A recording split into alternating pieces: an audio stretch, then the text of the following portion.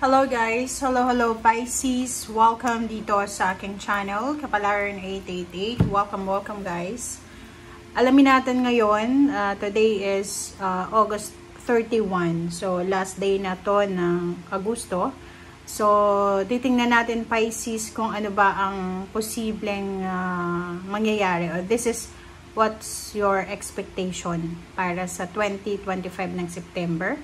And this is the, parang simula siya ng Pasko, 'di ba? Kung nasa Pilipinas ka, tomorrow ay simula na ng Pasko sa Pilipinas. Okay? So, bare months na, September na.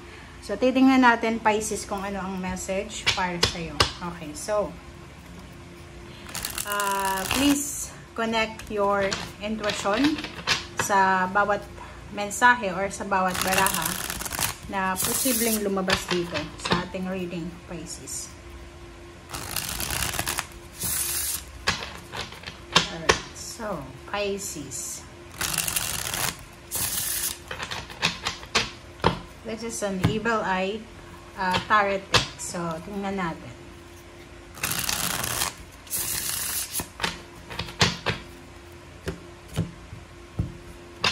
Okay, Pisces. First card mo dito is Zero the Fool.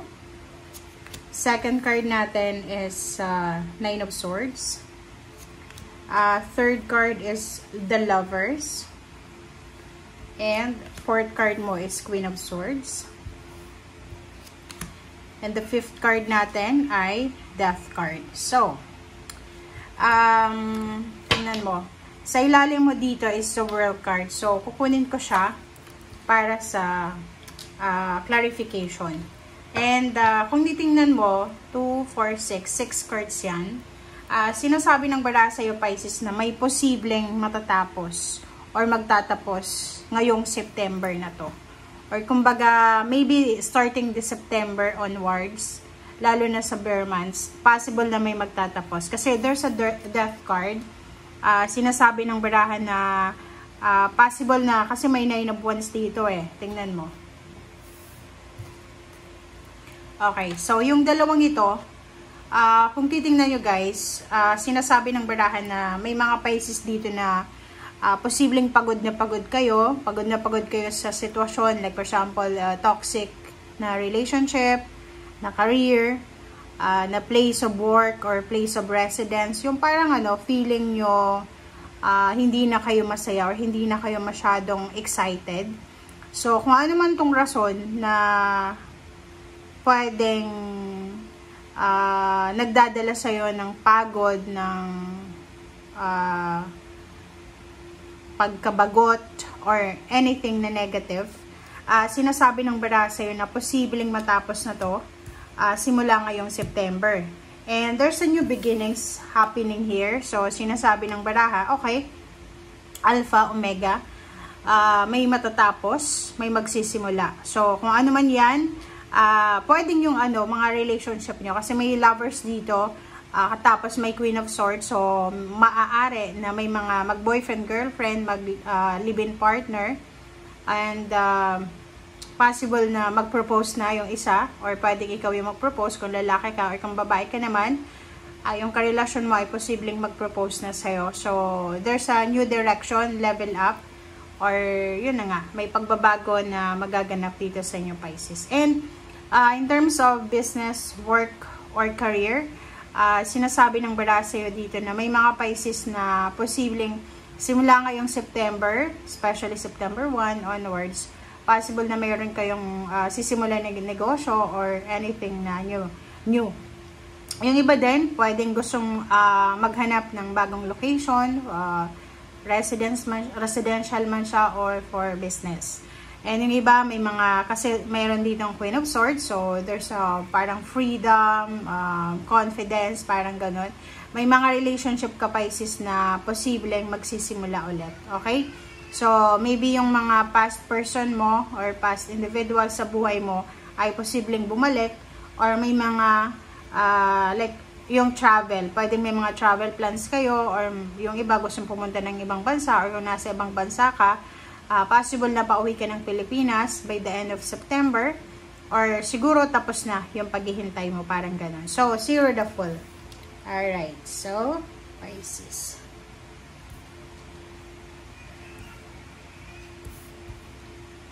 Okay, so, tingnan nyo guys.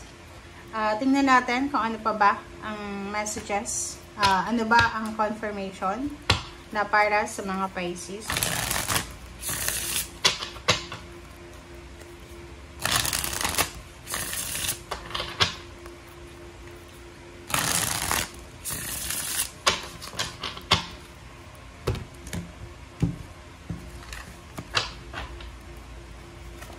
Okay, so, meron ditong 8 of Pentacles. Okay, so, Page of Cups. There's incoming job, Hermit. Wow, congratulations, Pisces. Okay, so, kung makikita mo dito, Pisces, sinasabi ng 3 cards na yan, na posibleng may bagong trabaho na darating sa inyo. Or maybe yung iba sa inyo talaga, magbabago kayo ng direksyon. Alam mo yung mga Pisces, sila yung mga like Pisces, Cancer, and Scorpio. Sila yung mga zodiac signs talaga na pag may gusto sila, gagawin nila.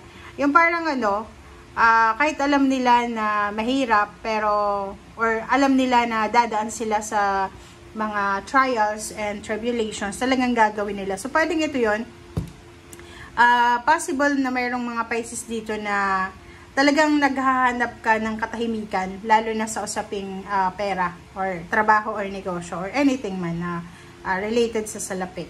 So, naghahanap ka ng katahimikan, yung parang gusto mong magkaroon ng freedom, financial freedom, or anything na tangible, na kalayaan.